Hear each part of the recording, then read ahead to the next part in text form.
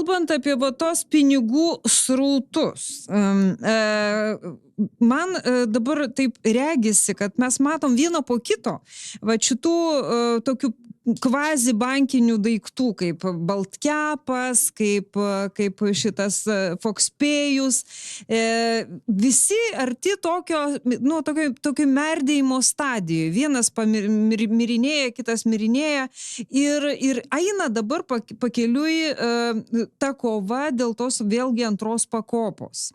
Tai kaip jinai, nes jiems mirtinai reikia tų valdiškų pinigų, kita vertus jie užsilenkinėja. Čia vienas tas vienaragis užsilenkia, kitas tas ne vienaragis ten.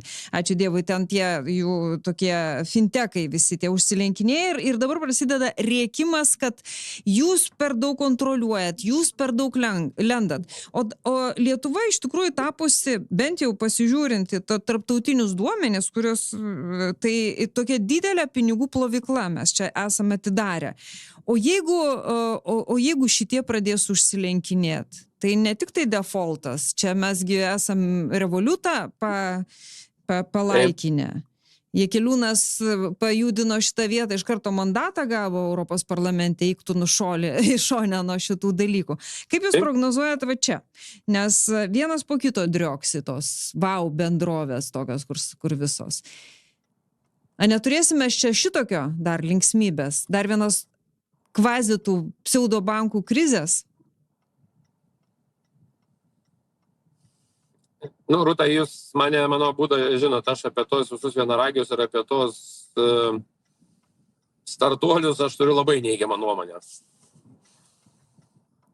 Nėra kontrolės jų, Rūta. Apie ką jie čia šneka, apie kokią kontrolę? Šiandien draudimo kompanijos mokesčių nemoka. Taip ūkiškai pasakysiu. Ir jūs čia kalbate apie vienaragius, apie griuvimą, panašiai, statymus vieną kartą mums reikia sutvarkyti. Ir kas įdomiausia, kad atėjus nauja vyriausybė, kada turės spręsti draudimo kompanijų šitą žulikystę, Rūta, jie 6 mėnesius nieko negalės daryti, nes įstatymas įsigalios nuo kitų metų Liepos 1 dienos. O kad įstatymas priimtų, reikės čia ir operatyviai parengti. O lapkričio 20, kai duosi priesaiką, tu visą gruodį dirbsi su kuo? Tu dirbsi su biudžetu, Rūtelė. Ir kol bus antras svarstymas, tu negalėsi jokių teisės svarstymų turėti. Ką tai reiškia? Tai arba tu turėsi daryti sausio mėnesį posėdį, arba laukti kovo mėnesį. Ir jeigu kovo mėnesį lauki, tai reiškia naujas draudiminis mokestis įsigalios arba rugsėjo, arba kitų metų spalio. Nes tiesiog, žinai, nenoriu būti grubiu, o kultūringu neišeina. Tai geriau tą klausimą Neliesim. Gerai, paprastesnis klausimas, labai paprastas klausimas. Boso namą griauna, Navickienės ne. Taip. Vtekas vis dar neapsisprendžia, ar pradėti tyrimą dėl Navickienės kelionės į Dubajų. O kokia čia pornografija? Dvigubi standartai, Rūta. Dvigubi standartai, ko jūs norit. Pažemaitaitį terasą 16 cm užkliuvo. Taip. Ten ką pasakė Benkunskas su Bužinsku? Nesikreipsime. Navickienės namą nieko negalima daryti, niekur mes nesikreipsime, nes teisės aktai buvo netobuli. Žemaitaitį nuo STT, nuo apylinkės prokuratūros, nuo apygardos prokuratūros, nuo apylinkės teismo iki apeliacinio teismo važiavo. Pro visus mumis prakalė mane. Tai pradaužė, kad kai turi būti. Dėl Boso namą, aišku, ten Vilniaus rajone yra išduotas leidimas. Ten vėlgi bandymas parodyti, kad kažkokią, tą dalyką. Kitas dalyką. Jeigu jūs uždavėt leidimą, tai nafik jūs greuna tuos namus. Kam, Rūta, begriauti? Susimokais ten kokį infrastruktūros mokestį nuo kvadratinio metro, ten 10 eurų kaip pavyzdys. Ir tegu būna. Baikit jūs tos durnystės su savo namų griuvimais. Bet čia yra vėlgi, toks Navickieniai, kaip čia, jūgi sava yra. Mesgi tada, pamenat, kalbėjom. Tai žiūrėkit, kada buvo Navickienės skandalas, ne? Navickienė gynė visi. Kada buvo Landsbergio skandalas, Landsbergio mažai kas begynė. Taip. O dėl, kaip jums atrodo, įtaka finansai pas ką rankose buvo, pas Navickienė buvo.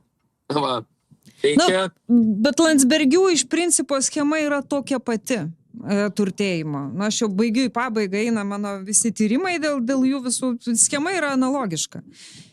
Oriniai pinigai, oriniai kažkokiu tai būdu išgryninami, kažkokiu tai būdu tampa visais šitais sodybomis. Dėl to jie ir buvo sugalvoję ir skubėjo kuo greičiau parduoti mokyklų verslą, kaip orinį pinigų, ir čia nepasisekė Stepukonį. Jeigu būtų Stepukonis ne Vlipačkarik, tai jau būtų mokyklos parduot.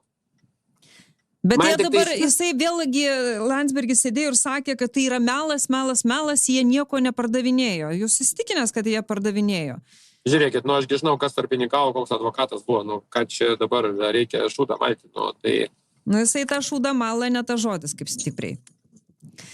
Va. Aš tik tais galvoju, kada saugumas atskleis tam tikras nuotraukas aplamai apie tą Graikijos vilą. Kas toj viloj lankėsi ir kokie žmonės lankėsi. Labai, taip, šitas būtų įdomu, nes ten toj viloje vyko įdomių dalykų ir ten tebevyksta įdomus dalykai. Aišku, jinai dabar apsišvietė, nes ten jau tas adresas visiems dabar yra žinomas, jau kas netingi, ten greitai Google Mapsuose gali susirasti, ten lengvai pasiekiama, tai jau tai kaip konspiracinis būtas susitarimams jau įnyksta. O ką jūs žinote apie tai? Nes vienas nuotraukas aš jau turiu kažkokias. Iš tos visos. Kur Stepukonis tenais yra? Va, Stepukonio neturiu. Buvo? Tai Buvo? Reikia sakyti galimai, Rūta, nes man tos nuotraukos neduoda nei vienos, nei kitos, kur linksmybės buvo. Tai aš kiek žinau, Pilaitės pastate tamsiais juodais langais, tų nuotraukų ten įvairių, sakė, yra. Tai jeigu kas nors tas nuotraukas išdrįstų parodyti, tai aš manau, Rūta, kai kieno namai tikrai į orą pakiltų. Tai va. Nenustepčiau. Iš tikrųjų labai įdomu.